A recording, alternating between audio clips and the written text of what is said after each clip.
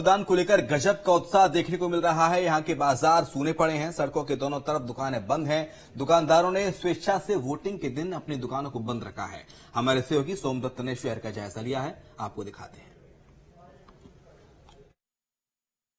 स्वेच्छा से बंद है, कोई दबाव से नहीं बंद है, कोई एलासमेंट से बंद नहीं है, प्रेम से बंद है। वोटिंग कर रहे हैं सभी लोग, अपनी अपनी पतियों को सबको लेकर वोटिंग करिए ज्यादा से ज्यादा। तो आप मतदान केंद्र पर गए? अच्छा मतदान चल रहा है। तो अभी हम गए थे मतदान केंद्र पर, तो खाली दिखाई दिए थे सारे मतदान केंद्र। नहीं, अभी हो सकता है, सुबह से तो भीड़ होती। हम इस वक्त अंबा शहर में हैं और आप मेरे पीछे देख सकते हैं कि सारी दुकानें बिल्कुल बंद पड़ी हुई हैं। दोनों तरफ की दुकानें बंद पड़ी हुई। ये यहाँ का मुख्य मार्ग है जो कि पूरसा की ओर जाता है और यहाँ से मुरैना की ओर जाता है। आप मेरे पीछे देखिए, दोनों साइड की दुकानें बिल्कुल बंद हैं। कोई भी आदमी आपको दिखाई नहीं दे रहा है। कुछ दुकानों के चबूतरों पे इक्के दुक्के आदमी जो दिख रहे हैं वो अपने आप में मशगूल हैं और हम उनसे बात करना चाहेंगे कि आखिर ये दुकानें क्यों बंद हैं, इसका क्या कारण है, जबकि आज एक राष्ट्रीय पर्व का काम हो रहा है, मतदान हो रहा है लगातार, और इस मतदान में उनकी क्या भूमिका है। जी सर, क्या नाम है आपका? संजू गुप्ता। अच्छा, आज ये दुकानें अंबा शहर की बंद हैं, क्यों बंद है? ये चुनाव है सर यहाँ पर। तो क्यों फिर चुनाव में किसने, पुलिस ने बंद कराई है? नहीं तो जीवाली हाँ नहीं, तो क्यों बंद? अपनी निर्वाचन बंद करिए हमने। कैसे? अपनी निर्वाचन बंद करिए हमने वोट डालने के लिए। वोट डालने के लिए तो वोट डालना बहुत जरूरी है। जरूरी सर, सही है, जरूरी है। तो बड़ा उत्साह माना जा रहा है अंबा में। हाँ, उत्साह माना जा रहा है। देखिए, लोगों का कहना है कि उन्होंने परिवार के साथ वोटिंग की है और ज्यादा से ज्यादा मतदान किया है। अभी हम जिस मतदान केंद्र पर गए थे वहां पर भी 50% से अधिक मतदान हो चुका था। यानी कि पहले 6 घंटे में ही 50% मतदान अंबा के मतदान केंद्रों पर देखा गया है। ये बड़ी एक उपलब्धि के रूप में माना जा रहा है अंबा के लिए। तो इधर सूरजपुर में बारिश की वजह से कई मतदान केंद्रों पर मतदान के दौरान बत्ती गुल हो गई, जिससे मतदान कर्मियों और मतदाताओं को वोटिंग करते समय परेशानियों का सामना करना पड़ा। यहां तक कि मोबाइल का टॉर्च जलाकर वोटिंग की गई। मामला बूथ संख्या 47 और 48 का है।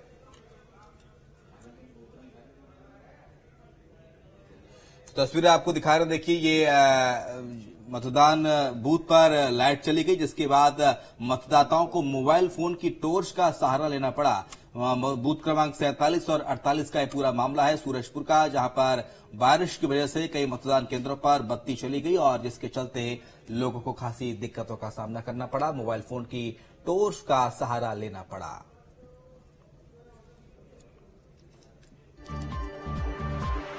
कई पोलिंग बूथ ऐसे हैं जहां पर व्यवस्थाओं का जो वो है अभाव देखने को मिला। हालांकि यहां पर पोलिंग बूथ है, पहले से पता था कि मतदान होना है तो जनरेटर जैसी कुछ व्यवस्था हो सकती थी, पावर बैकअप के लिए अलग अलग व्यवस्थाएं हो सकती थी, लेकिन बावजूद उसके उन तमाम सारी चीजों को दरकिनार करते हुए मतदान यहां पर हुआ और फिर अंत में लाइट चली जाती है, जिसके चलते पोलिंग बूथ पर परेशानी का सामना मतदान दल को करना पड़ता है। तो सूरजपुर की बूथ क्रमांक 47 और 48 की तस्वीर है, जहां पर बत्ती गुल हो गई और परेशानी का सामना यहां पर करना पड़ा।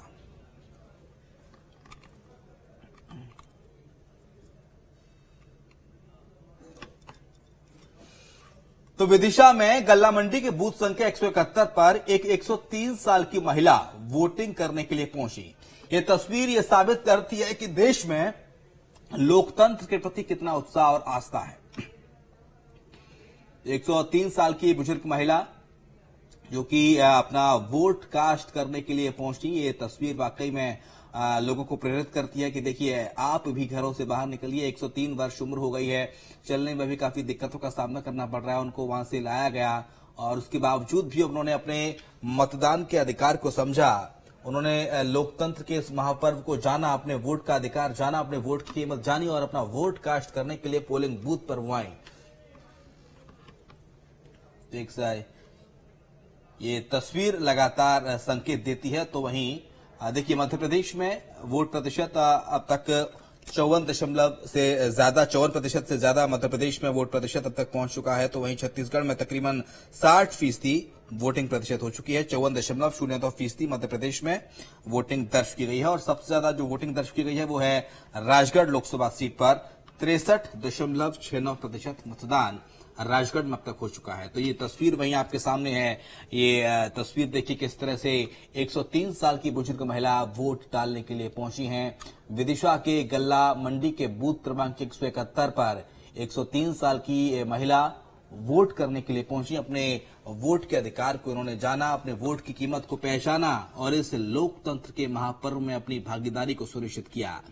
तो ये तस्वीर उन लोगों के लिए प्रेरणा बन सकती है जो अभी तक घर पर हैं, वो अभी तक वोट डालने के लिए नहीं पहुंचे हैं। वो सोच रहे हैं कि उनके एक वोट से क्या होगा, उनके एक वोट से कौन हारेगा, कौन जीतेगा।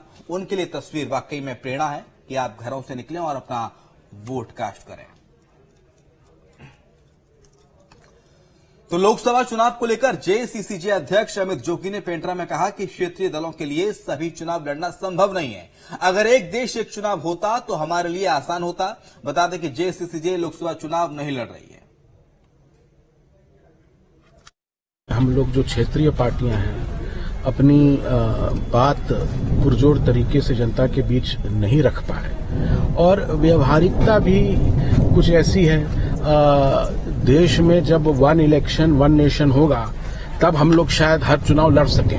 अभी तो विधानसभा खत्म हुआ, अब लोकसभा आ गया, इसके 2-3 महीने बाद पंचायती राज के चुनाव आ जाएंगे, फिर ठंड में नगरीय निकाय के चुनाव आ जाएंगे।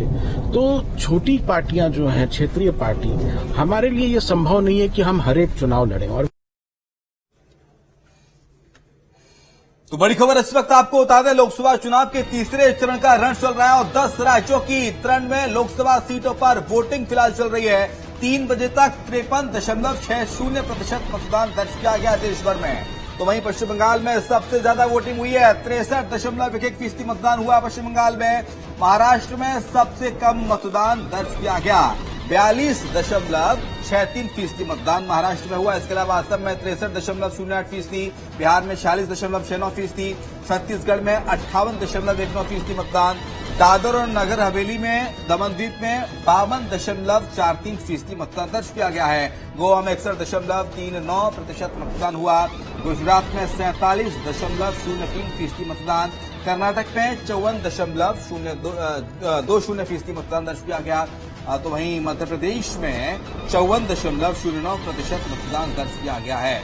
तो आपको बता दें कि उत्तर प्रदेश में 40.78% मतदान दर्ज किया गया और सबसे ज्यादा मतदान दर्ज किया गया है वो किया गया है वेस्ट बंगाल में।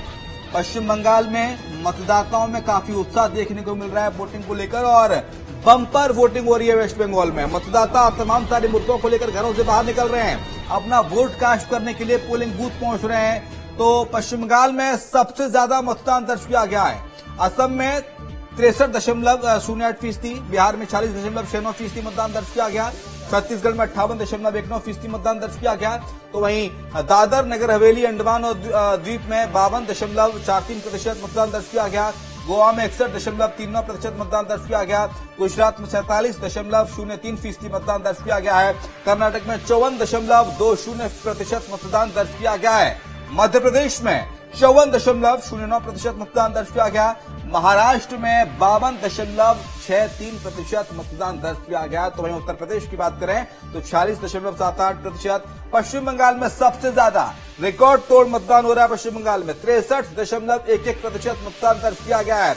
और पश्चिम बंगाल के बाद बात आती है असम की, जहां पर 63.08% मतदान दर्ज किया गया है।